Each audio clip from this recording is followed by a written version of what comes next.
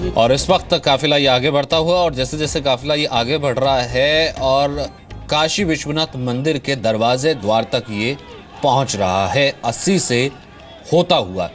इस बीच आमने सामने कन्फ्रेंटेशन जरूर हुआ था, समाजवादी पार्टी के कार्यकर्ताओं और बीजेपी के कार्यकर्ता आमने सामने आ गए थे, लेकिन पीएम ने वेव किया और वो कार्यकर्ता भी किया। और ये शायद एक बनारस की खासियत भी है, अमूमन एक दूसरे के सामने भी आ जाते हैं, विरोध का तरीका विरोध ही हमने वहाँ पर देखा है और वही खूबसूरत तस्वीर भी देखने को मिली। पंडित दीपक दुबे, ब्रेक से पहले मैंने टीज किया था, हमारे साथ मौजूद हैं। पंडित जी, आपने देखा था कि अभी तैयारी चल रही थी पूरे तरीके से और कुछ ही देर में पीएम भी वहाँ पर पहुँच जाएंगे, क्या कुछ तैयारी चल रही होगी, कैसे विधि विधान से पूजा होगी?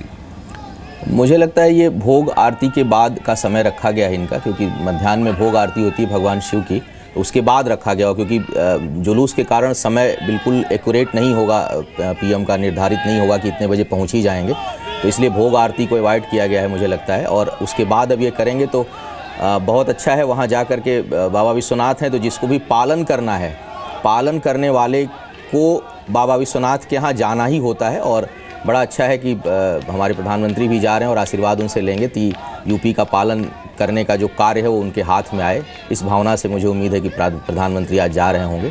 बाकी तो वहाँ के जो प्रेस्ट हैं, मेरे ख्याल से अभिषेक वगैरह किया जाएगा, आरती की जाएगी भगवान की, तो देखते हैं क्या क्या क्रियाकलाप वहाँ चल रहा है।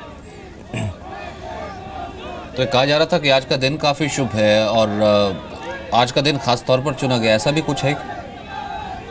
दिन बेहतर है और उसके साथ साथ देखा जाए तो शनिवार का दिन स्थिर दिन माना जाता है, लेकिन चुनाव और बाकी कई समीकरण भी देखे जाते हैं मुझे लगता है, तो उस हिसाब से भी वोट भी आज उस एरिया में पड़ रहा है। तो केवल ज्योतिषीय दृष्टिकोण से नहीं, राजनैतिक दृष्टिकोण से और पारिस्थितिक दृष्टिकोण से भी आज का दिन बहुत महत्वपूर्ण है उस एरिया के लिए। और देखा जाए तो मुझे नहीं लगता कि भारत के इतिहास में किसी विधानसभा चुनाव में इतना पावर सेंटर कोई शहर बना होगा जितना आज बनारस जो है वह केंद्र बना है बाबा विश्वनाथ के कारण। वैसे ही वो पावर सेंटर है और आज व्यक्ति समूह के कारण भी बहुत ज़बरदस्त वहाँ आज ऊर्जा का वहाँ संचार हो रहा है मुझे लग रहा है। तो बहुत ज़बरदस्त आज का दिन, और शनिवार को स्थिर दिन माना जाता है अगर धार्मिक दृष्टिकोण से देखा जाए, तो मुझे लगता है कि ये भी एक कारण है कि सभी राजनेता आज के दिन को वहाँ विशेष बनाना चाह रहे हैं कि उनके राजनीतिक जीवन में भी स्थिरता आए, उथल पुथल ज़्यादा ना हो आने वाले परिणाम में।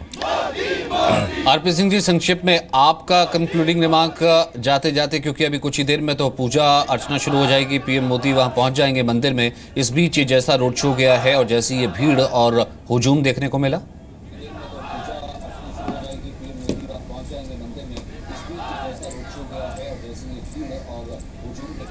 आरपी सिंह जी देखिए, जो हजूम बता रहा है कि इस बार स्पष्ट बहुमत आ रहा है भाजपा का वहाँ पर, परंतु मेरे से पूर्व जो मित्र कांग्रेस के कह रहे थे, मैं शुक्रिया अदा करना चाहता हूँ, उन्होंने हमारी सारी स्कीम्स गिना दी, फसल बीमा की, जीवन बीमा की सारी स्कीम्स गिना दी। जो इनको करना चाहिए 60 साल में इन्होंने किया नहीं, वो भाजपा सरकार ने किया और गिना दी।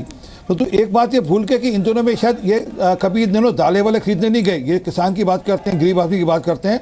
दालों के दाम लगभग आधे हो गए, 70 रुपये के गेड़ में आज मसूर की, मलका की, अरहर की दाल 60, 70, 80 रुपये के गेड़ में आ गई, जो कि 160 से लेकर 200 रुपये किलो होता था।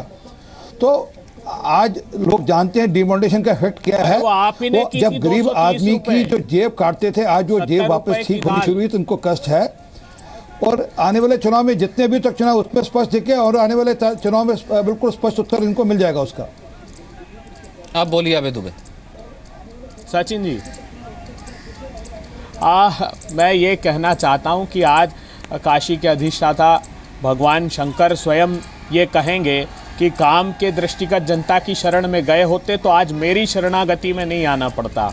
जहाँ तक बात किसानों की और दाल की तो मैं बताना चाहता हूँ मेरे साथी मित्र को कि केंद्र की सरकार की अनुशंसा है कि जो स्टेट एडवाइज प्राइस है अखिलेश जी का, वो बंद कर दिया जाए। गन्ने पर 305 रुपये की जगह सिर्फ 230 रुपये दिए जाए, फेयर एंड रिम्यूनरेटिव प्राइस। ये जो स्कीम की बात कर रहे हैं, प्रधानमंत्री फसल बीमा योजना, प्रधानमंत्री जी जिसको विश्व की सबसे अच्छी स्कीम बता रहे हैं, उसमें प्राइवेट कंपनियों ने 20,000 करोड़ रुपए का डिमांड नोट भेजा है। इसका जवाब तो जनता देगी ना। आप ये कह रहे हैं कि जनता तो इसका जवाब दे चुकी है। खैर, फिलहाल मेरे पास थोड़ी सी वक्त की कमी है। खैर, आप दोनों से मैं बात करूंगा, ऐसा नहीं, आप अपनी बात तो पूरी कीजिएगा।